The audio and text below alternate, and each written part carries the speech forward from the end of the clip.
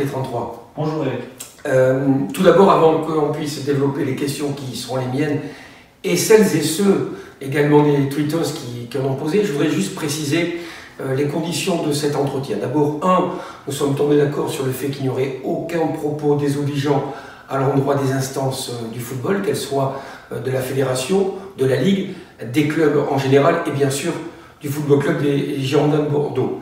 La deuxième chose importante, c'est que j'ai pris contact avec Diabaté il y a quelques mois maintenant par le biais des réseaux sociaux, que je n'ai ni son nom, ni son prénom, ni son numéro de téléphone, et que c'est lui et lui-même et lui seul qui a choisi ce lieu neutre pour cet entretien. On est d'accord avec tout ça? Parfaitement d'accord. Je voudrais juste préciser aussi que, comme ce fut le cas pour mes entretiens précédents, à aucun moment les questions ne sont connues de toi et que je m'autorise à te les poser toutes, sans exception, et toi d'y répondre ou pas si tu le désires. Très bien. On va commencer avec la première. D'ailleurs, tu as de nombreuses félicitations parce que j'ai un peu bossé un peu tout ce que tu fais. Il y a eu le Parisien, SoFoot, je pense probablement d'autres. Qu'est-ce qui fait que tu as accepté celle-ci aujourd'hui et avec moi? Alors, dans un premier temps, j'ai vu tes vidéos, tes dernières vidéos que tu as présentées sur ton site, donc Pressentiment, qui m'ont plu. J'ai trouvé le concept intéressant. Et donc je me suis dit que ce serait peut-être le bon moment pour moi de m'ouvrir un petit peu et de répondre à certaines questions qui sont plus que 140 caractères sur Twitter. Voilà, tout simplement. Le site SoFoot qui avait organisé une interview de toi il y a 2 ans, Oui. révélait un prénom qui est Franck. Oui, tout à fait. Ma première question, enfin ma deuxième, c'est est-ce que c'est vraiment ton prénom? Tout à fait. Je m'appelle vraiment Franck, j'ai vraiment 36 ans et je suis vraiment bordelais. Bon, alors tu vois, j'allais te demander ton âge, tu nous le donnes, 36. Bon, le problème c'est que là, moi je ne te vois pas non plus, je ne vois pas trop à quoi tu ressembles, donc je ne peux pas corroborer tes propos. Tu es donc bordelais, c'était... Tout à fait. D'accord. Est-ce que je peux connaître ton nom de famille? Non. D'accord. Malheureusement. Bon, pourquoi malheureusement? Pourquoi? Parce que de par mon métier, dans un premier temps, où je ne peux pas m'afficher forcément sur les réseaux sociaux, et en deuxième temps, par rapport à mes contacts et voilà, par ce que je fais sur les réseaux sociaux aussi, qui font que je préfère rester masqué, ou du moins en dehors de toute sollicitation extérieure. Tu parlais de ton métier, est-ce qu'on peut connaître ton métier? Non plus. Bon, si tu me réponds non à chaque fois, ça va faire court. Ça commence mal. Est-ce que tu es abonné aux Girondins? Je l'étais, mais comme je suis parti en début d'année à l'étranger, je n'ai pas pu m'abonner sur la première partie de saison. Tu sais qu'il y a des abonnements. Voilà. Je vais solliciter les Girondins pour m'abonner, pour payer mon abonnement en fin d'année. Et comment ça se fait quand tu payes ton abonnement, comme personne ne te connaît, tu es comme un supporter lambda? Tout à fait. Voilà. Au Virage Sud. Alors, c'était la... Ah oui, mais alors, si, là, tu poses des questions, en fait, tu réponds aux questions que j'ai. Justement, non, pas de problème. Justement, dans quelle partie du stade es-tu? Alors, je pourrais aller à divers endroits dans le stade, mais le seul endroit qui me plaît, c'est le Virage Sud. Donc, je continue à aller avec mes collègues et camarades au virage pour aller chanter avec voir les Girondins.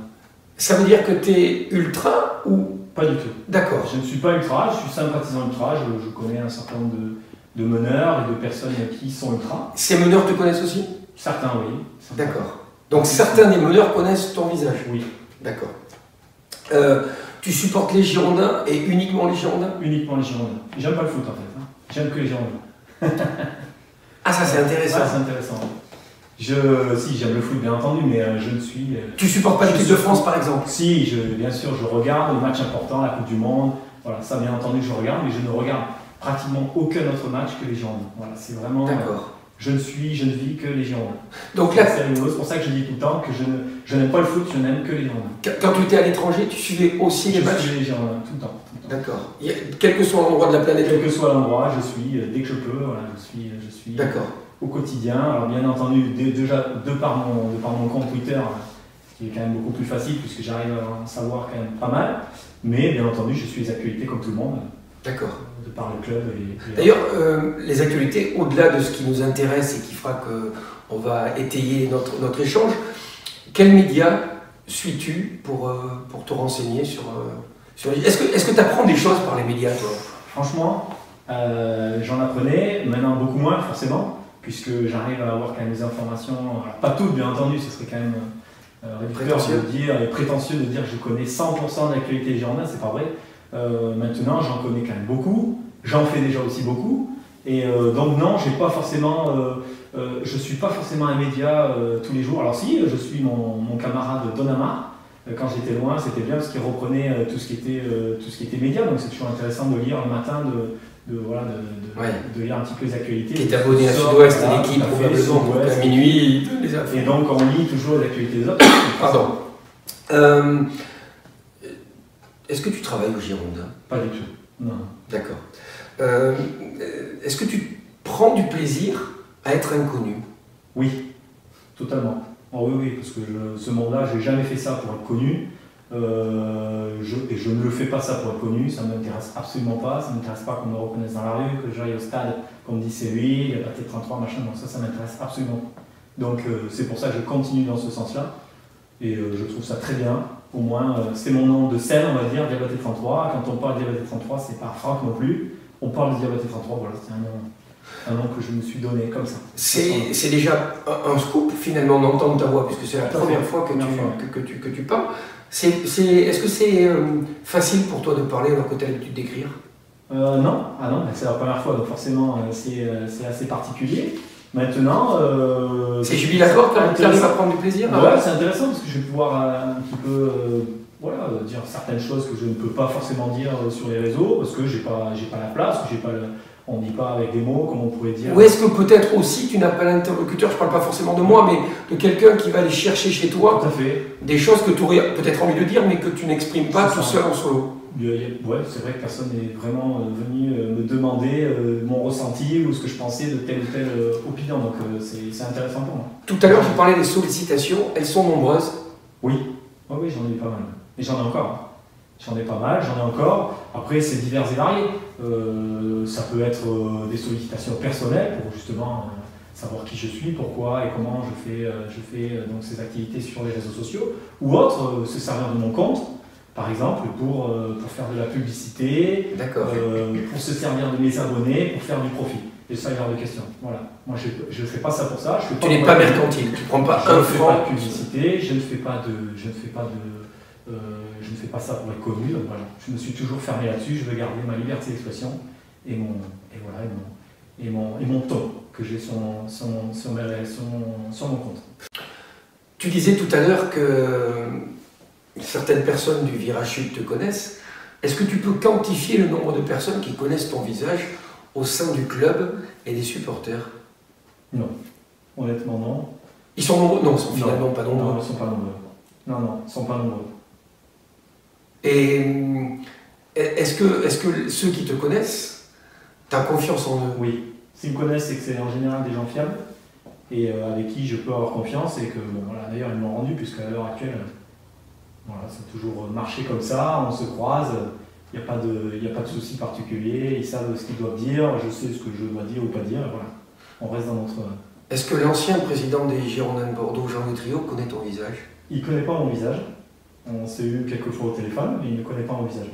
Ça fait partie des anecdotes que je voulais évoquer plus tard, mais comme il n'y a pas de raison d'être dans l'ordre précis des questions que j'ai notifiées, celle-ci est plutôt intéressante. Est-ce vrai que tu as eu en contact, après l'histoire, je la relate pour ceux qui ne la connaissent pas, mais Jean Trio un jour a été agacé et a évoqué le fait que s'il savait qui te donnait les informations et qui tu étais, tu passerais un mauvais moment.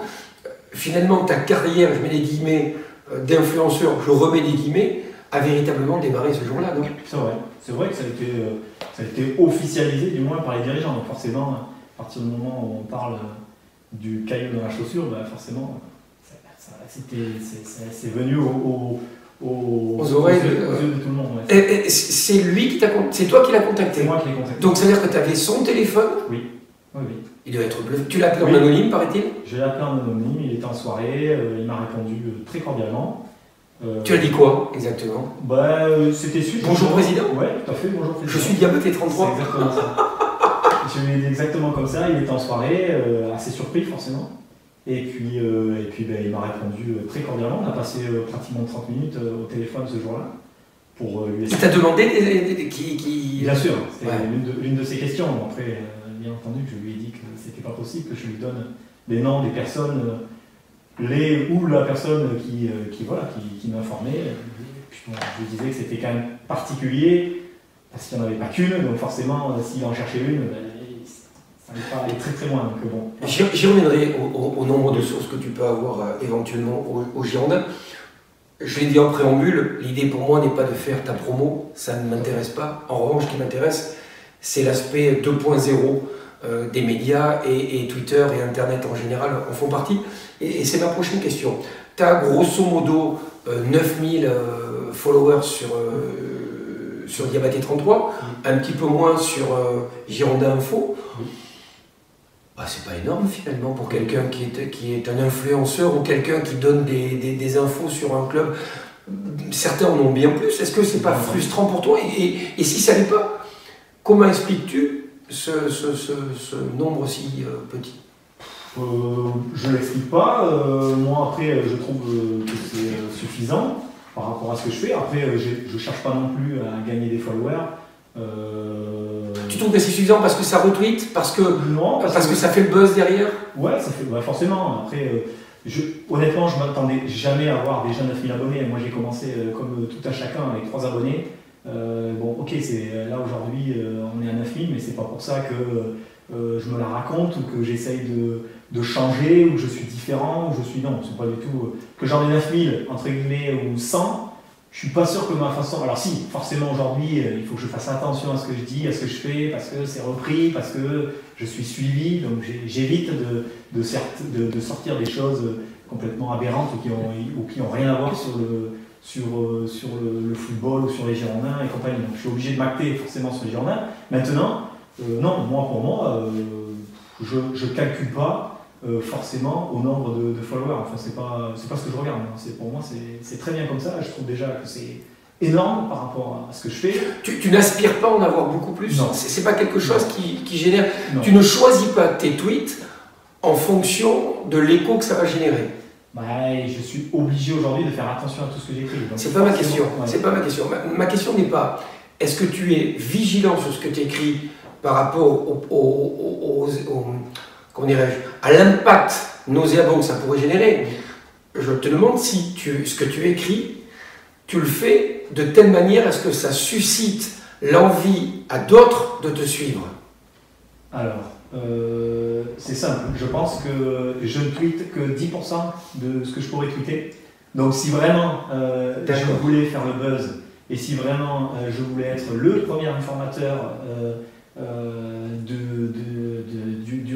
de Twitter, par exemple, oui, je pourrais. Tu pourrais dire beaucoup plus de choses. Beaucoup plus de choses. Ah oui, là je ne dis que 10% de ce que je pourrais dire. On va faire une pause. Oui. Et puis on va essayer de passer de 10% à 20% avec Diabaté33.